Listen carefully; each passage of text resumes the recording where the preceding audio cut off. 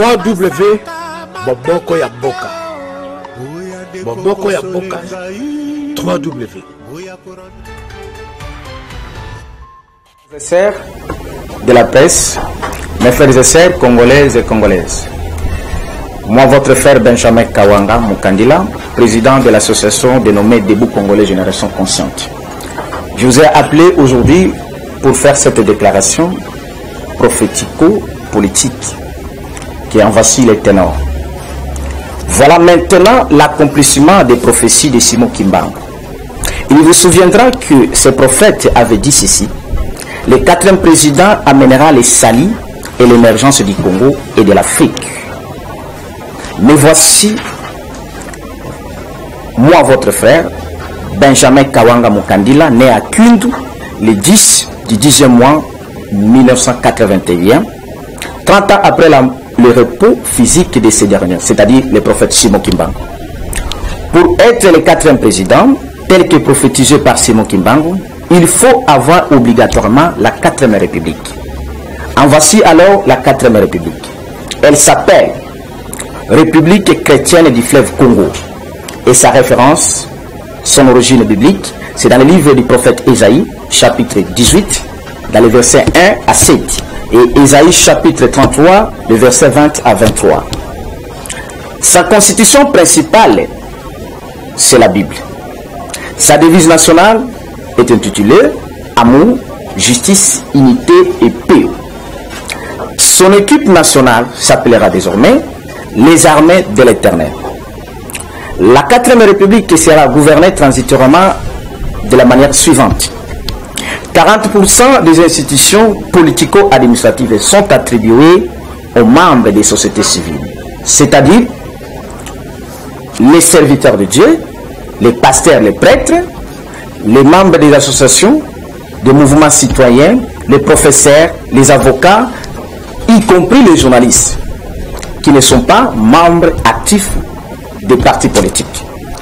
30% de ces membres sera le membre du FCC, c'est-à-dire l'ancienne majorité au pouvoir. 30% seront les membres de l'ancienne opposition. Un pardon national est décrété à tous les Congolais qui sera suivi de la libération de tous les prisonniers, car le prophète Simon Kimbangu avait fait 30 ans de prison. Et après la période transitoire, il y aura la suppression de tous les partis politiques chers aux personnes physiques et la constitution ou la reconstitution d'autres partis politiques chers à la République. Voici alors les 5 péchés graves de Joseph Kabila. Il a insulté Jésus-Christ, le Dieu véritable et notre Dieu. Il a insulté ses serviteurs en tuant d'autres. Il a trahi notre nation en nous divisant. Il nous a tués et massacrés. Il a volé et pillé notre pays. En conséquence, nous lui ordonnons de quitter le palais de la nation et tous les sites et avantages qu'il occupe jusqu'à ce jour, et cela dans 7 ans désert, soit 3 jours. Voilà, voici alors l'origine de l'ordonnance de ma nomination en tant que 4e président de la 4e République. Ésaïe chapitre 49, verset 1 à 7. Mais aussi que sera la 4e République. Vous le trouverez toujours dans la Bible, dans le livre d'Ésaïe chapitre 49, verset 8 à 26. La date de la mort de Mouzé Laurent Désiré Kabila, que vous vous rappelez vous tous, et ça fait plus de 18 ans, il n'y a jamais eu ni l'enquête, ni quoi que ce soit. Et celui-là, c'est celui qui a amené son fils qu'il avait hérité en tant que 3e président.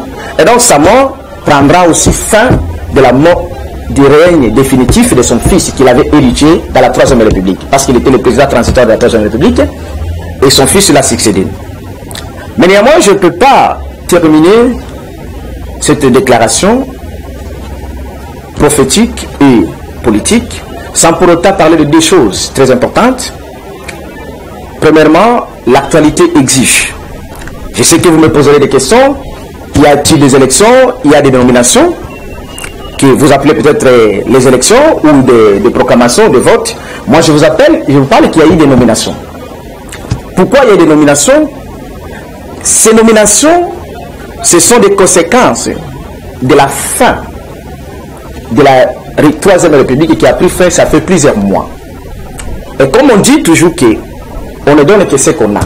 La Troisième République en a déjà pris fin depuis longtemps. Et ces institutions qui ont été illégitimes et illégales, ces institutions ne pouvaient que produire ce que vous avez vu ensemble avec nous tous. C'est-à-dire quoi? La nomination d'un président de la République et la nomination des députés nationaux et provinciaux. Ceci dans la violation flagrante d'abord de la Constitution qui est la vôtre, la Constitution de la Troisième République, où on parlait de la souveraineté du peuple congolais. Donc cette souveraineté-là a été totalement bafouée, puisque ce régime, qui a été d'abord en conflit avec Dieu depuis longtemps, après avoir insulté Dieu, par sa conférence du 26 janvier 2018, Kabila a insulté Jésus-Christ le Dieu véritable, en disant que Jésus-Christ n'a jamais présidé une commission électorale, oubliant que Malou Malou, tout comme Ngoï Moulunda, prêtre et pasteur, ce sont les serviteurs de Jésus-Christ. Et donc, c'est Jésus-Christ qui agissait en eux. Oubliant que nous sommes dans un pays à 90% chrétien.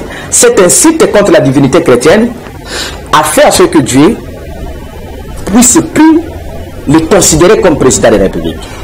Et avant cela, il y avait aussi les tueries de beaucoup de Congolais, les massacres en répétition. Donc, si vous voulez que je l'énumère, je peux vous l'énumérer.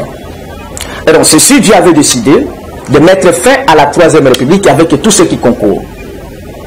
Voilà pourquoi tous les éléments qui pouvaient venir, tous les fruits de la Troisième République ne pouvaient pas amener la paix dans les pays. Les paix qui divisaient les pays, les paix qui maudire les pays, parce que les institutions, en commençant par la première institution, et toutes les autres institutions, n'ont plus de relation avec Dieu, alors qu'il est écrit toute autorité vient de Dieu. Deuxièmement, ces institutions n'ont plus de relation avec les hommes. Rappelez-vous de tout ce qui s'est passé. Parlant de celui qui a été nommé à la tête du pays, soi-disant à la tête, selon celui qui l'a nommé, il vous souviendra que Félix Tshisekedi est le fils de le feu Étienne Tshisekedi. Mais moi, je voudrais que les Congolais tout entiers se posent cette question, ou lui posent cette question. En acceptant la nomination qui lui a été nommée par Kabila, a-t-il oublié la mort et le sang de son père? A-t-il oublié, parce que l'IDPS vous a chanté, il nous a tous chanté, que les morts qui ont été tués, nos frères et sœurs qui ont été tués dans les Grands Kasaï, ont été tués par la volonté manifeste et le plan manifeste de Joseph Kabila. Ça, c'est l'IDPS qui l'a dit très fort dans vos médias, vous avez su. Maintenant, aujourd'hui, il accepte la nomination. Corroboré avec le même que lui a appelé Satan, que moi je confirme c'est un Satan parce que c'est un pharaon. Donc, aujourd'hui, lui aussi, il devient Satan. Parce qu'il a accepté de collaborer avec Satan. Oubliant les sangs de ses frères et sœurs propres, qui sont nos frères et sœurs, tous, qui ont été tués par le même monsieur. Il a oublié les frères et sœurs combattants et combattantes de l'IDPS qui ont été tués, brûlés, vifs, dans le même siège, où lui il est allé prendre la parole, disant que je remercie, je rends hommage à celui qui vous a tué. Voilà pourquoi je m'adresse à celui-ci, notre frère Chilombo, en lui disant ceci. Si réellement il croit que son feu père travaillait pour les intérêts de ce pays, à moins qu'il nous dise, lui et son père n'ont jamais travaillé pour les intérêts de ce pays. Ils ont eu à travailler pour les propres intérêts. Ils ne pouvaient pas blaguer avec les sangs des autres. L'histoire nous renseigne ceci. Kasavubu était parmi les gens qui ont combattu pour avoir les indépendances, comme Lumumba. Mais à la fin, lorsque Kasavubu a oublié les sangs de tous les combattants, des combattantes, en présence du roi, et Lumumba en a pris la mesure de dire la vérité, et Lumumba, son nom a été rayonné et il sera toujours rayonné. Et le nom de Kasavubu est presque effacé. Ceci veut dire qu'on ne blague pas avec les sangs des gens. qui ont coulé. Et donc, la nomination qui a tenu compte de cette... qui n'a pas tenu compte de tous ces morts et tous les sangs, ne peut que les sangs des frères et sœurs ne peuvent que se venger. Voilà pourquoi je demande à tous les frères et sœurs qui, par ignorance, alors que la Bible dit, mon peuple est péri par manque de connaissance, qu'ils soutiennent celui-là, ils doivent se désintéresser de lui. Puisque la Bible est claire, le sang a une valeur. Nous avons prié à Jésus parce qu'il a fait perdre notre sang, il a perdu le sang pour nous, et celui qui ne reconnaît pas le sang des autres, même si on croyait à lui, même si on lui donnait le sang, soi-disant le pouvoir, il ne reconnaîtra pas aucun Congolais. Alors qu'il n'a jamais été élu pour ce poste. Ce n'est qu'une nomination de Kabila, et celui qui donne, la main qui donne, c'est celui qui dirige. Et donc, aucun Congolais ne peut pas croire à cette nomination. Tout ce que nous avons prié, en voici aujourd'hui la 4e République. La deuxième chose, je vous laisserai le temps pour poser des questions. Je parlerai de ce qui concerne le Rwanda. Parce que quand on parle du Congo, on doit parler du Rwanda. Le Rwanda qui a formalité, le Rwanda, lorsque je parle de Rwanda, de Kagame. Je fais allusion à Kagame, à Kakwata Museveni. Le Rwanda, aujourd'hui, doit dire, en complicité avec le régime en place, nous célébrons le 18 ans de mort de Musée. Qui a tué Musée? Étant prophète qui a fait plus de 10 ans de recherche et d'investigation, je vous dis que Kagame, Kabila, Kakwata, ils ont été en complicité de tuer Musée. Et Kagame, il est le premier, le principal commanditaire des causes du génocide au Rwanda. Le monde n'a jamais dit la vérité parce que le monde étant dirigé par les gens occultes, ils n'ont jamais dit la vérité. Si Kagame n'avait pas tué Abiyarimana, il n'y aurait jamais eu de massacre ou de génocide au Rwanda. Ça, c'est la cause principale du massacre au Rwanda. Deuxième chose, dans les génocides qu'on appelle aujourd'hui abusivement les génocides de Tutsis, il n'y a pas eu que les Tutsis qui sont morts. Il y a eu les Hutus aussi qui sont morts. Mais plus grand, plus loin encore, les Hutus qui ont fui au Congo. Lorsque Musée est venu avec Kagame et les autres, Kagame et Museveni se sont donné le courage, comme si Dieu n'existait pas, de tuer les Hutus, les massacrer dans notre pays. Et plus loin encore, c'est que même la fameuse communauté internationale n'a jamais parlé. Kagame et la complicité de ces régimes sataniques, ils ont fait un génocide 3 fois plus, et voire même 4 fois plus, ce qui s'est passé au Rwanda. Voilà pourquoi le temps est arrivé pour que la vérité et le jugement de Dieu descendent. Parce qu'il a été écrit que l'Afrique a eu la forme de revolver, dont la gâchette se trouve au Congo. Et la gâchette aujourd'hui nous a été donnée pour que nous puissions démarrer le Congo et l'Afrique. Et puisque Kagame, en complicité avec le régime actuel, le régime passé, ils ont voulu à tout prix balkaniser le Congo, et le Congo était balkanisable, comme je vous ai donné des références dans la Bible. Et c'est comme ça que cet échec-là les a amenés là où ils sont. Ils ont beaucoup tué les Congolais, les Congolaises. Maintenant, moi je le dis à Kagame et à sa bande qui est les lobbying et tous, que l'état du Congo et de l'Afrique est arrivé. Puisqu'ils ont voulu balkaniser le Congo, nous prendrons le Rwanda, mettre comme une énième province du Congo. Et ceci est possible. Et nous en avons le pouvoir.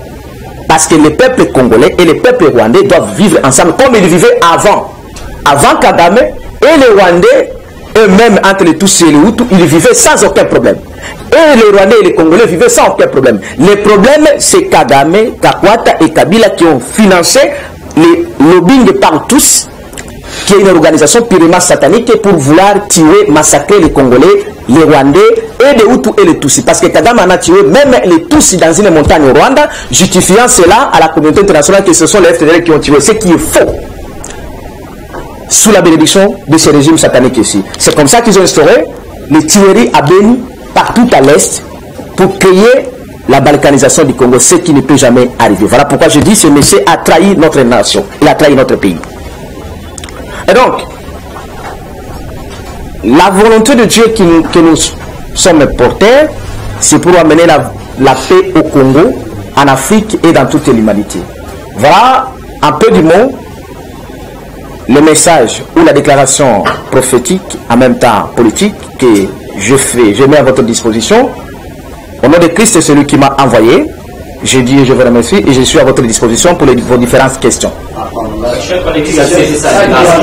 Na lopoto akoyana ningisa nyonso ya mboka oyo yango ngolu wana ya Nzambe tata epesalamaki ngai ndeko na bino Benjamin Kawanga Mukandila nabotami na Kindu le 10 il y a 10 mois en 1981, soit 30 ans après avoir que le prophète Simon Kimbangu a kendeko pema na bonzoto.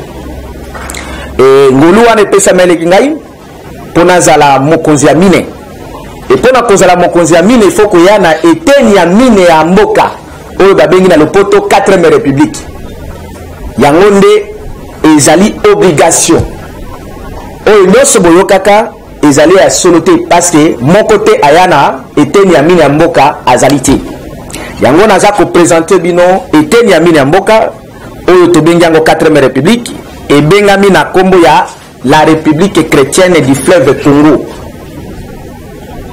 Yango etangami wapi euti na kati ya Bible ndenge lola epesaki nga yango na kati ya mukanda ya prophète Esaïe chapitre na ye 18 verset 1 à 7 et na mukanda ya Esaïe chapitre 33 verset 20 à 23.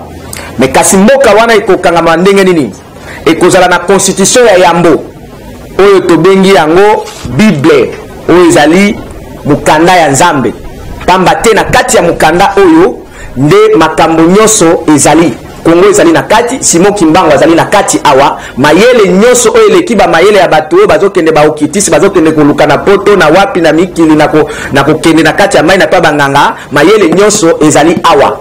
Bwanya nyonso ezali awa na kati ya Bible. Nde tobengi yango constitution ya yambo na mboka na biso. Ya mibale to pesi oyo babengi yango devise nationale. To ekobanda na nini ekozala na bolingo babengi yango amour, ekozala na justice, unité, c'est-à-dire kosangana na kimia. Eloko ya misatu tobengi yango équipe na biso nationale ekobengama désormais mapinga ya nkolo oyo tobengi yango na lopoto les armées de l'Éternel. Alors tolobi siko 4e république wana ekoya pona kosangisa ba congolais nyonso na ba congolaise ndenge boyebi ke tozali ya kokabwa na makasi pour la volonté ya Satana à travers basali na ye asali ke akabola biso et bato bakabwanaka bakoki jamais kotonga mboka ti mboka ekoki jamais komataka ti.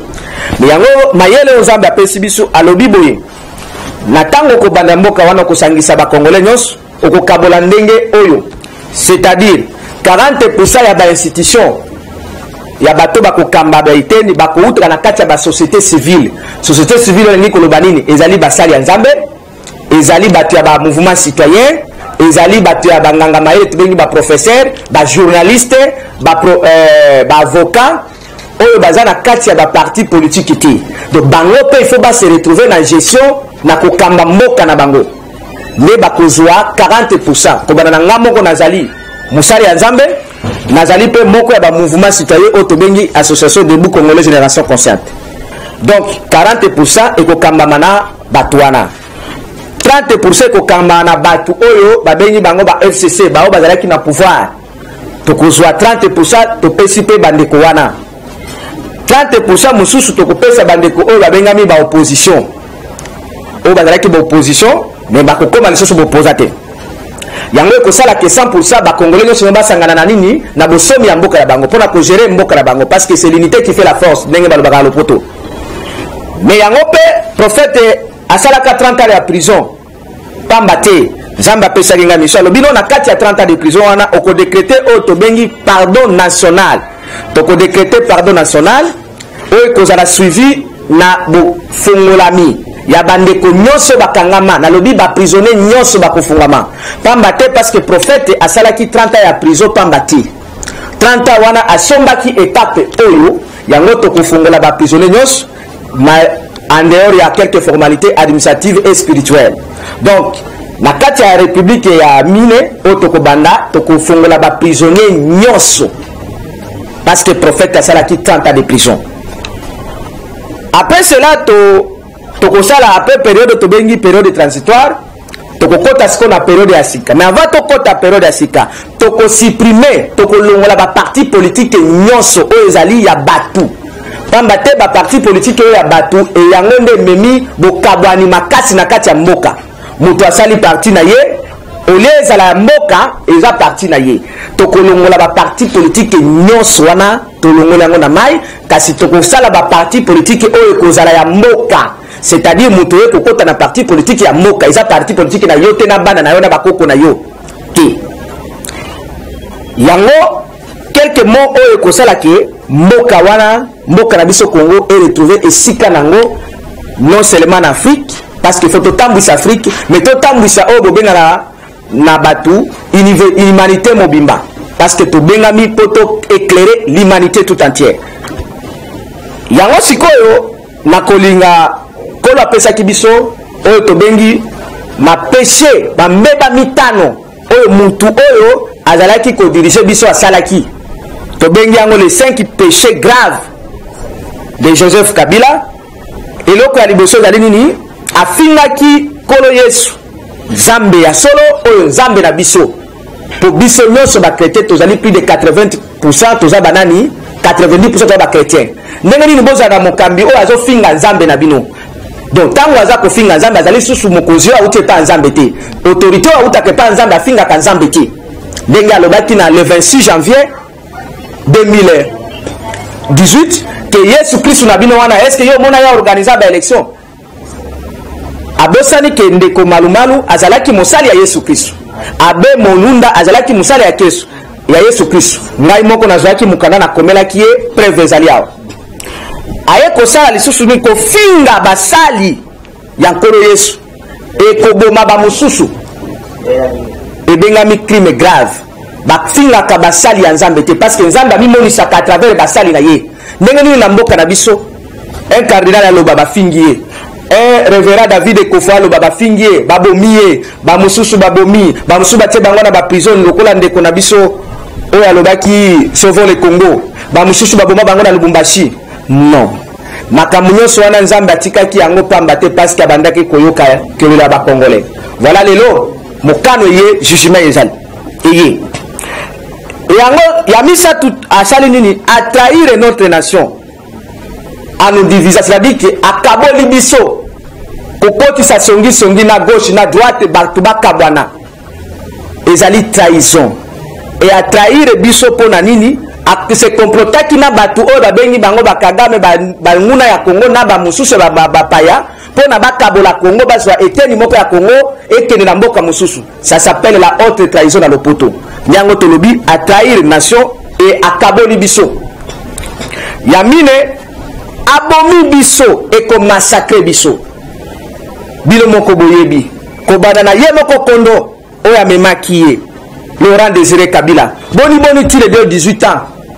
Procès na la kate, ça s'appelle le silence complice dans le poteau. Et nazali capable de démontrer bino ndenge nini azalaki na kati ya complet ya kobomaye. Parce que et salama teke parce que ozali mwana mutumio kobomaye te lokuta. Pour la Bible pe mwana Absalom alingaki mwana David Absalom ngaka boma David pour azwa bokonzi na ye. Et donc abomi biso, abomi Barosi, abomi ba Thérèse Kapangala, abomi ba Armand Tungulu, abomi ba Fidèle Bazana, ba Chebea, a massacré na Beni, a massacré na Buna, a massacré na Kinshasa, a massacré na Kasai, a massacré na Équateur, a massacré na Congo central. Makila nyonso wana na moni yango. Eza kokita pona kosala vengeance nango. Ya mitano mekasi oyo tokanisa kikaza mokonzi na biso aza koyiba biso chaque jour. E kopie mboka na biso kokenda kotonga ba Tanzanie. Nzambe asali yo grâce aux la président ya Congo, ezali grâce à Nzambe même soko botami wapi. Nationalité ezali o tobengango lien créé par une décision de l'État.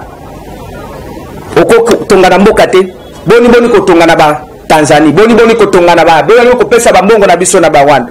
Oui, soki bazali bandeko basenga ngo na ndenge normal. A piller biso, ayibi biso mi. Voilà yango kolo apesi biso pouvoir ya koloba na yeboyi. Que dès maintenant, to sengiye alongwa na palais de la nation, alongwa na ba site nyonso oyo na ba avantage nyonso o azwaka, tilino lelo na mikolo misatu.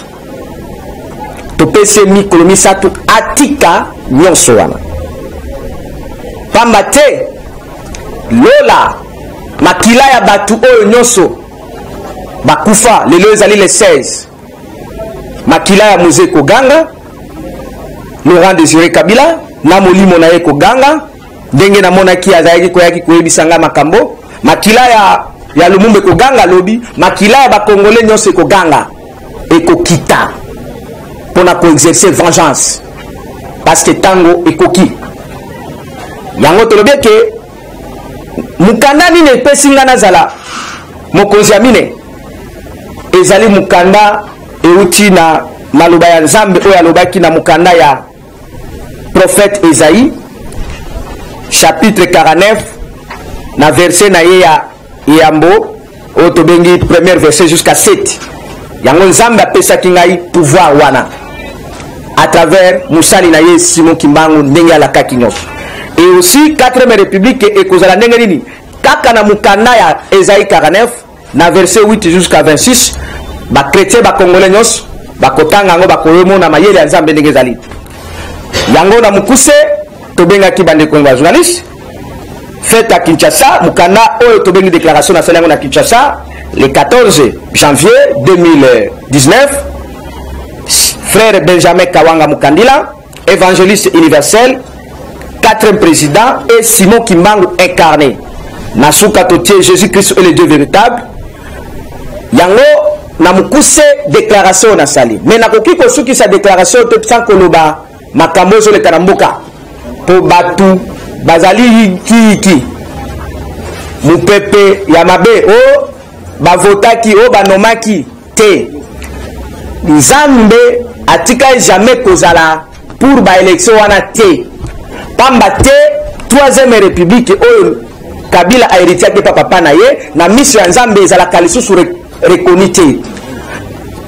C'est voilà pourquoi conséquence na ngo fallait amener nini olebo kende ko voter ndenge ezalaki bat ba votaka bake ko lekisela bino ta pamba bazwi kaka ba machine na banini pona ko luka ko yiba mbongo na caisse ya l'état mais bake ko perdre pe bino bata pamba bo polina bambula inutilement au lieu que baloba oyo bino bo votaki bake ko bimisa oyo ezali nomination na bango après avoir ko sala auto lobaka ba accord satanique bako satanique ya ngi ko lobari ndeko Félix Tshisekedi ake koyokana na Kabila que soit disant que ba nommé sous prétexte que azala a couvert eloko moko boyo mais yango na koyebisa ndeko wana na ba o nyonso bazolanda o baza ko peut-être ko suivre na ignorance mais la Bible nous dit que mon peuple périt par manque de connaissance maintenant que la connaissance mayele yeye ya bozambe bozala le sous perdité beaucoup fa le sous ti voilà mayele ezali kolobani ndeko wana abosani makila ya batu kobanda makila ya papa na ye ayebi bien nani aboma papa na ye ndeko wana ayebi bien al IDPS elobelaka biso chaque jour nani aboma plus de 5000 ya population bandeko na biso na Kasai na ba expert nani aboma bango IDPS elobelaka biso chaque jour ke ezali Kabila ndabomaka et naza ko confirmer yango ezali bongo ndeko wana abosani makila ya ba oyo bazikisa batumba bango na siège ya IDPS mais ye ake kosala boyokani na munguna pona kosala nini boni boko espérer que le lobby akosala eloko nini te makila wana d'abord a reconnaître yango te siko ngana yo ube yo oyo kolanda ya ko reconnaître yo ndenge nini po ba o bakufela lite wana a reconnaître bango te kubana na papa na ye oyo aboti ye donc ezali mascarade congolais moko akondima yango te et makila oyo ya batu nyonso wana barosi mukendi baterezi kapangala banyonso wana eza kokitana na mikolo misatu oyo po eya ko exercer vengeance nango parce que le sang crie vengeance yango tolobi boy ndenge lole pesaki biso mutu moko ako considérer arrangement wana satanique ti pamba te ezali kaka envoûtement ya lobaki ke ba envoûtaki na Genève mais envoûtement oyo aye kozwa oyo eleki oyo ya Genève donc alongo na envoûtement aye kokota na envoûtement mususu donc makila biso toko défendre yango jusqu'à suka parce que Nzambe na biso asa telemi yango tolobi boy nyonso wana ya mascarade ndeko wana alongwa de immédiat na bozoba wana kele kokota nango parce que makila ezo crier vengeance sinon na ye na mutu oyo bayokanaki na ye bakozala nzungu moko pamba te mukande eza kolobaki mieux vaut la fin d'une chose que son commencement. Lumumba na Kasavubu histoire eza ko rappele biso Kasavubu abundaki pona indépendance mais tango akomi liboso ya Lumumba ya roi Kasavubu abosani makila ya bato bakufi yango kombo ya Kasavubu ezokende plus à plus ko s'effacer mais lokola Lumumba reconnaîtaki makila ya bandeko nyonso bakufa kombo ya Lumumba ekozalaka jamais effacé ti boni yeso kazalaki combattant abosana makila ya bakongolais na bakongolais nyonso oyo bakufi te babome bango et pas muto yazo matana podium ate kolono na honorer ye na rendre hommage et sika makila bakongolais wana etangaki jugement ya Nzambe ekiti eloko nyonso ndenge Bible lobi ezalaka na ebandeli po ya suka souffrance ya congolais ekomi lelo na suka yango Nzambe atindinga ndeko na bino nazana mbongo te nazana manduki te mais nazana Bible na maloba ya Nzambe. Et parce que bino na biso tozali bana ya Nzambe, il faut to sala part na biso. Et Nzambe ko se manifester. Ndenga se manifester ka plus que même l'Israël. Pour tango ekoki. Tango ekoki. Yango na benga ki bandeko ba journaliste, mais na kolobela pe makamba bandeko oyo azali ya Rwanda. Nyonso le kakakura na Rwanda ezali ya Lukuta. Parce que 3W Boboko ya Boka. Boboko ya Boka 3W